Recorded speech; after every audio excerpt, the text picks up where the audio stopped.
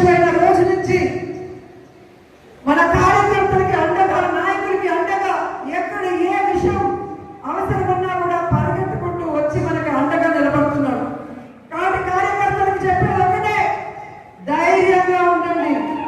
తప్పు చేసిన వాళ్ళు ధైర్యంగా ఉన్నప్పుడు తప్పు చేయని మనం, సంక్షేమం అభివృద్ధి చేసిన మనం ఎందుకు భయపడాలని కూడా ఈ సందర్భంగా తెలియజేసుకుంటున్నాం. మీకు నియోజకవర్గంలో నేనున్నాను, జిల్లాలో కరుణాకర్ గారు ఎంపీ ఉన్నారు, రాష్ట్రంలో జగన్మోహన్ రెడ్డి గారు ఉన్నారని కూడా మేము అందరికీ తెలియజేసుకుంటున్నాం. మన పార్టీకి పోరాటాలు కొత్త కాదు.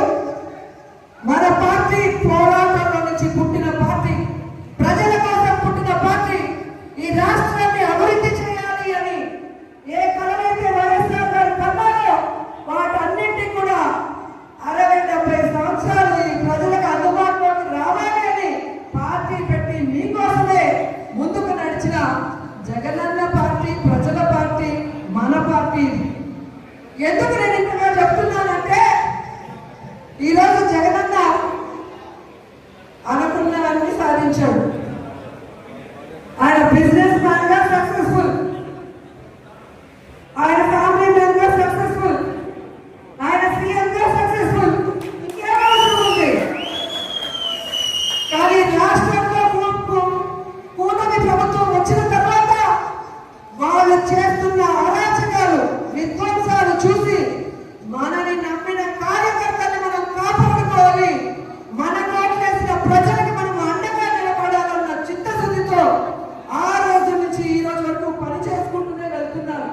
అలాంటి వ్యక్తి కోసం మనం పని చేయాలన్నా మరి ఎవడో కేసు పెడతాడని ఒకడు, ఎవడో జైల్లో పెడతాడని ఒకడు ఉద్యోగం తీసేస్తాడని ఒకడు ఇలా భయపెడుతూ మనల్ని ఇంట్లో కూర్చోబెట్టాలనుకుంటున్న కూటమి ప్రభుత్వానికి మనం చెప్పాల్సింది ఒకటే, నువ్వు కేసు పెడతావా పెట్టా, జైల్లో పెట్టా,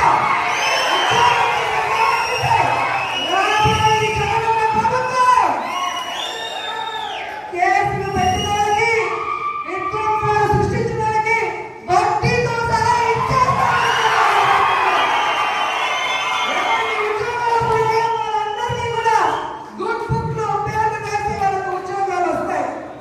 ఎవరైతే ప్రభుత్వంలో ఇబ్బంది పడ్డారో ఆ ఇబ్బందుల నుంచి వాళ్ళకి బయటపడేసి వాళ్ళకి ఫస్ట్ ప్రయారిటీ ఇస్తామని కూడా ఈ సందర్భంగా తెలియజేసుకుంటున్నాం.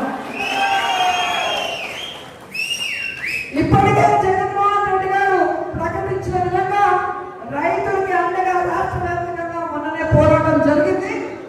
రేపు ఈ విద్యుత్ బిల్లుల పెంప మీద రాష్ట్ర వ్యాప్తంగా నియోజకాల వారీగా ఉద్యమం జరుగుతుంది. అందరూ కూడా వచ్చి ఆ ఉద్యమంలో పాల్గొనాలి అని కూడా ఈ సందర్భంగా తెలియజేసుకుంటున్నారు. అలాగే జనవరి 3వ తేదీ విద్యార్థుల కోసం ఫీజు రింబర్స్మెంట్ కోసం జగనన్న పిలుపునిచ్చాడు. అందులో కూడా మనం అందరం పాల్గొనాలి, ఈ ప్రభుత్వానికి బుద్ధి చెప్పాలని కూడా ఈ సందర్భంగా తెలియజేసుకుంటున్నాను. ఎందుకంటే మనం సైలెంట్ గా ఉంటే పచ్చ ఛానల్లో అబద్ధాలు చెప్పడం తప్ప ఇంకోటి చేయదు. ప్రజలు ఎలా ఇబ్బంది పడుతున్నారు, విద్యార్థులు ఎలా మోసపోయారు, మహిళలు ఎలా కన్నీళ్లు పెడుతున్నారో రాష్ట్రం అంతా తెలియాలి.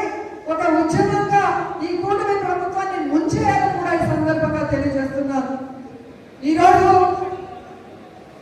ఇంత వర్షంలో కూడా పార్టీ సర్వసభ సమావేశం అనగానే ఈరోజు ఒక్కొక్కరు జగనన్నకి మేమున్నామంటూ బయటకు వచ్చినందుకు మీ అందరికీ పాదాభివందనాలు తెలియజేసుకుంటూ ఈ కార్యక్రమాన్ని ఇక మన ఎంపీ గురుమూర్తి గారు మాట్లాడాలని ఆయనకి హ్యాండ్ ఓవర్ చేస్తున్నాను. Thank you so much.